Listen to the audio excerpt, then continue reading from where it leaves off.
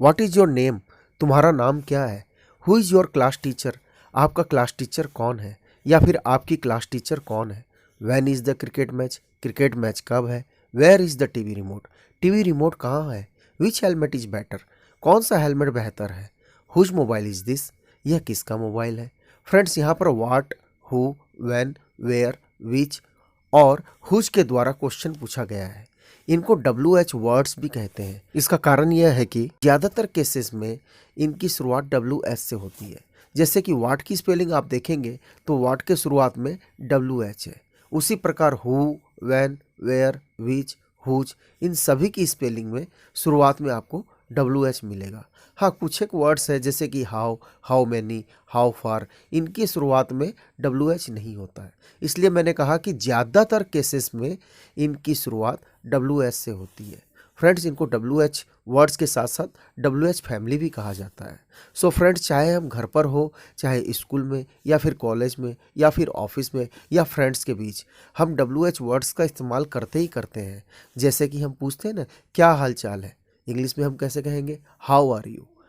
किसी के पापा बीमार हैं और हम उनकी तबीयत पूछते हैं तो हम क्या कहते हैं, अब आपके पापा कैसे हैं, तो इंग्लिश में कहेंगे how is your father now. और हम कहते हैं किसी फ्रेंड्स को कि भाई आजकल क्या हो रहा है, तो इंग्लिश में हम कहेंगे what are you doing these days.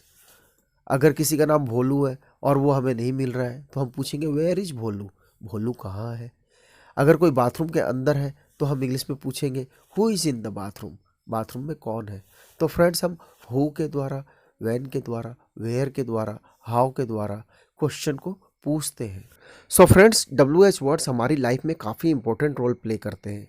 इनके बिना इंग्लिश बोलना लगभग असंभव है, इसलिए हमें WH वर्ड्स सीखने चाहिए। तो आइए शुरुआत करते हैं आज की साइंस स्पेशल क्लास और सीखते हैं इंपॉर्टेंट WH वर्ड्स, ताकि हम बिना अटके, बिना रुके और बिना कन्फ्यूजन के इंग्लिश बोल सके। फ्रेंड्स, आज का पहला वर्ड है व्हाट। व्हाट का मतलब होता है क्या, कौन सा, क्या काम, और व्हाट का मतलब जो भी होता है। फ्रेंड्स, आइए व्हाट का प्रयोग कब कब किया जाता है इसके हम रूल्स देख लेते हैं। फ्रेंड्स, व्हाट का प्रयोग करते हैं हम कुछ पूछने के लिए, और अगला रूल है व्हाट का प्रयोग हम करते हैं व्यवसाय पूछने के लिए। और नेक्स्ट है एक्सक्लेमेटरी सेंटेंसेस के केस में हम व्हाट का प्रयोग करते हैं। एक्सक्लेमेटरी सेंटेंसेस वो होते हैं जिसमें हम बहुत ज़्यादा आश्चर्य प्रकट करते हैं या फिर ज़्यादा दुख प्रकट करते हैं या बहुत खुशी प्रकट करते हैं, यानी कि स्ट्रॉन्ग इमोशंस। और ऐसे सेंटेंसेस के लास्ट में एक्सक्लेमेशन मार्क होता है, यानी कि एक लाइन खींचकर हम नीचे डॉट लगा देते हैं।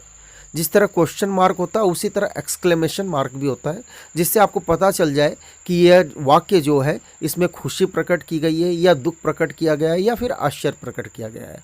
आइए एग्जाम्पल्स की सहायता से इसे हम समझते हैं। पहला एग्जाम्पल है व्हाट इज़ दिस, यह क्या है। व्हाट इज़ दैट, वह क्या है। What mobile app do you use, आप कौन सा मोबाइल ऐप का उपयोग करते हैं। व्हाट इज़ योर फादर, आपके पिता क्या काम करते हैं। यहाँ पर व्हाट का मतलब क्या काम करते हैं। नेक्स्ट है you can eat what you want, आप जो चाहे खा सकते हैं। यहाँ पर व्हाट का मतलब है जो। नेक्स्ट है व्हाट ए टीम, क्या टीम है। यहाँ पर आप देख रहे होंगे लास्ट में हमने एक्सक्लेमेशन मार्क लगाया है, यानी कि एक लाइन खींचकर नीचे डॉट लगा दिया है। यहाँ पर क्वेश्चन मार्क नहीं है। इससे हमें पता चलता है कि हम कुछ आश्चर्य प्रकट कर रहे हैं या भाई खुशी प्रकट कर रहे हैं। अब व्हाट ए टीम, मान लीजिए किसी टीम ने बहुत अच्छा खेला तो हम बोलेंगे व्हाट ए टीम, कितनी अच्छी टीम है। नेक्स्ट है व्हाट एन आइडिया, क्या विचार है। मान लीजिए आप किसी दुविधा में हैं और आप किसी प्रॉब्लम का सॉल्यूशन चाहते हैं और आपके फ्रेंड ने एक अच्छा सा विचार दे दिया, तो आप आश्चर्य के साथ कहेंगे व्हाट एन आइडिया, क्या विचार है। सो फ्रेंड्स, आपने देखा कि व्हाट के कई सारे मीनिंग्स हैं। जनरली व्हाट का मतलब क्या होता है, लेकिन इसके अलावा और भी कई सारे मीनिंग्स हैं। फ्रेंड्स, अब आपके दिमाग में एक सवाल आ रहा होगा कि व्हाट की तो बहुत सारी मीनिंग्स हैं, अब आपको कौन सी मीनिंग का इस्तेमाल करना है।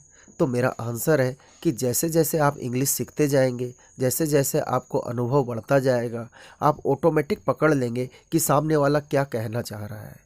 इसलिए चिंता करने की बिल्कुल आवश्यकता नहीं है। बस आप मन लगाकर इंग्लिश सीखते रहिए और आप अपने आप में महसूस करेंगे कि कुछ ही दिनों में आप काफ़ी अच्छी इंग्लिश बोलने लगे हैं। फ्रेंड्स, आइए अब बढ़ते हैं अगले वर्ड की ओर। अगला वर्ड है हु। हु मीन्स कौन, किसने, जिसने या फिर जो। अब आइए देखते हैं हु का इस्तेमाल करने के रूल्स क्या है। फ्रेंड्स, हु का इस्तेमाल हम पर्सन को जानने के लिए करते हैं और साथ ही साथ हु का प्रयोग सजीव के केस में किया जाता है, यानी कि हु का इस्तेमाल नॉन लिविंग थिंग्स के लिए हम नहीं करेंगे। आइए कुछ एग्जाम्पल्स की सहायता से इसे समझते हैं। पहला एग्जाम्पल है हु इज़ सी, वह कौन है। मान लीजिए कोई महिला या लड़की खड़ी है और हमें पता नहीं है कि वो कौन है, तो हम पूछ सकते हैं हु इज़ सी, वह कौन है। नेक्स्ट है हु पंच्ड यू, आपको किसने मुक्का मारा। यहाँ पर हु का मीनिंग है किसने, और पहले वाले केस में हु इज़ सी के केस में मीनिंग है कौन। नेक्स्ट है the police arrested the man who had stolen the gold chain, police ने उस व्यक्ति को गिरफ्तार कर लिया जिसने सोने की चेन चोरी की थी। यहाँ पर हु का मतलब है जिसने। नेक्स्ट एग्जाम्पल है the student who is talking with Ram is from Delhi, Ram के साथ जो छात्र बात कर रहा है वह दिल्ली का है। तो यहाँ पर हु का मतलब निकल कर आता है जो। फ्रेंड्स, आइए अगले वर्ड की ओर बढ़ते हैं। अगला वर्ड है हुम। हुम का मतलब होता है किसको या फिर किसे, और हुम से जुड़े हुए रूल्स हैं। पहला रूल, पर्सन को जानने के लिए। हुम का प्रयोग भी हम पर्सन को जानने के लिए करते हैं और इसका प्रयोग भी सजीव के केस में किया जाता है। आइए कुछ एग्जाम्पल्स देखते हैं। पहला एग्जाम्पल है to whom should I right, मैं किसको लिखूं। और नेक्स्ट है whom are you going to invite, आप किसे आमंत्रित करने जा रहे हैं। सो पहले केस में मीनिंग निकल कर आता है किसको, to whom should I right, मैं किसको लिखूं। और नेक्स्ट में मीनिंग है किसे, whom are you going to invite, आप किसे आमंत्रित करने जा रहे हैं।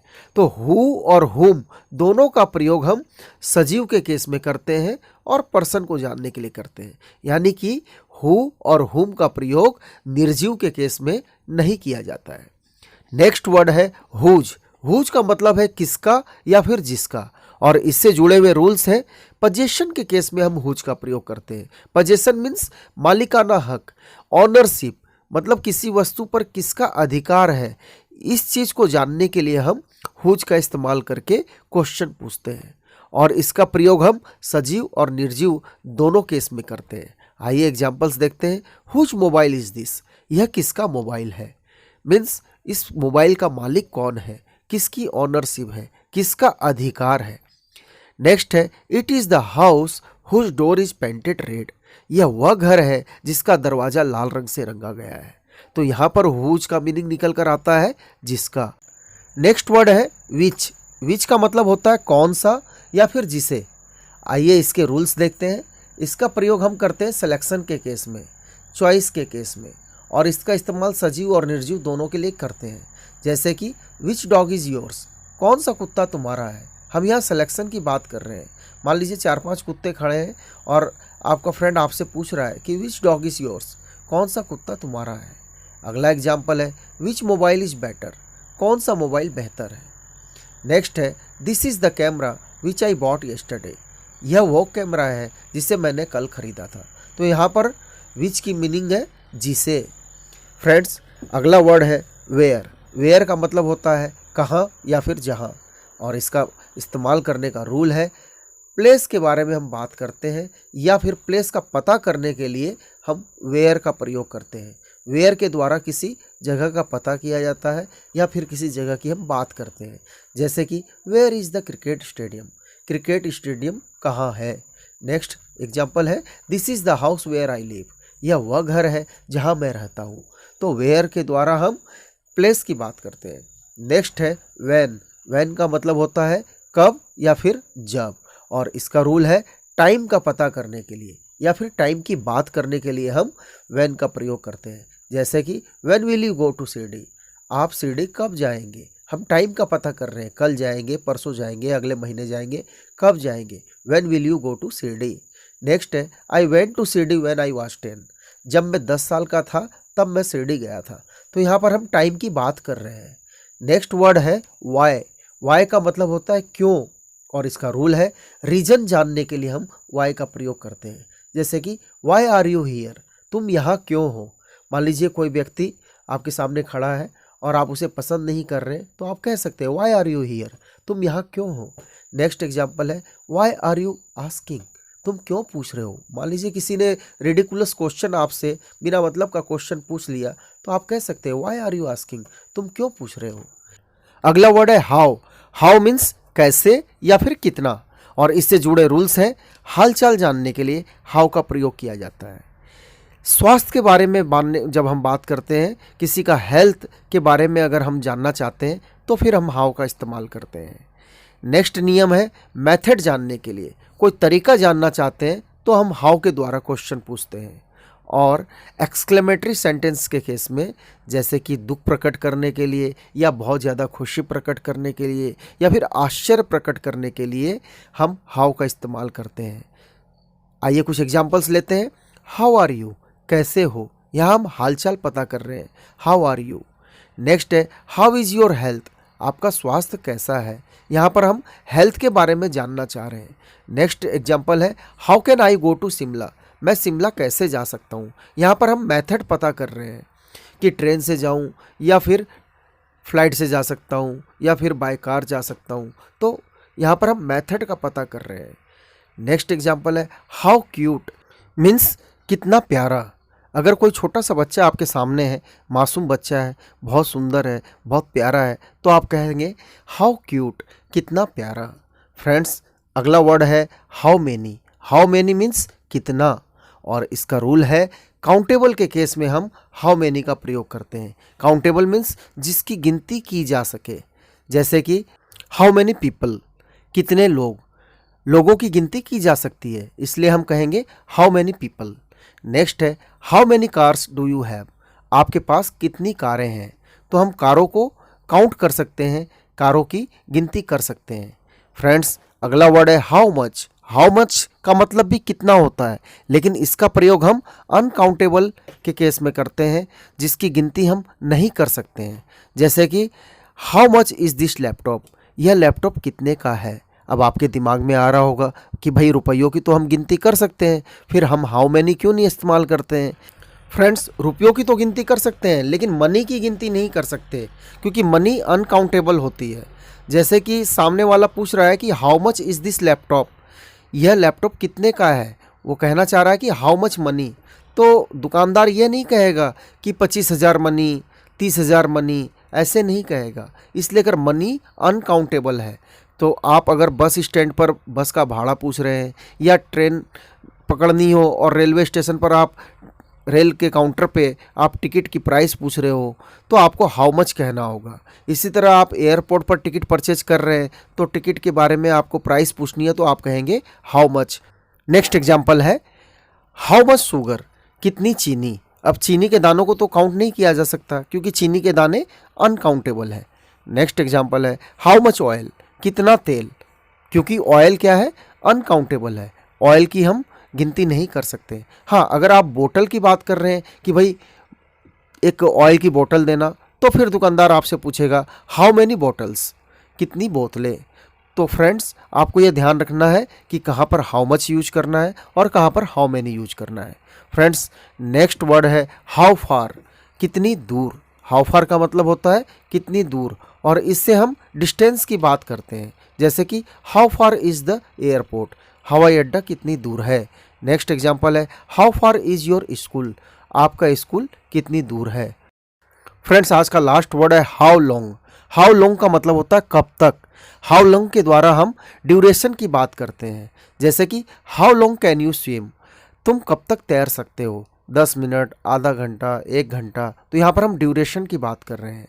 और लास्ट एग्जांपल है how long will you stay in our hotel, आप हमारे होटल में कब तक रहेंगे। तो यहाँ पर भी हम ड्यूरेशन की, अवधि की बात कर रहे हैं।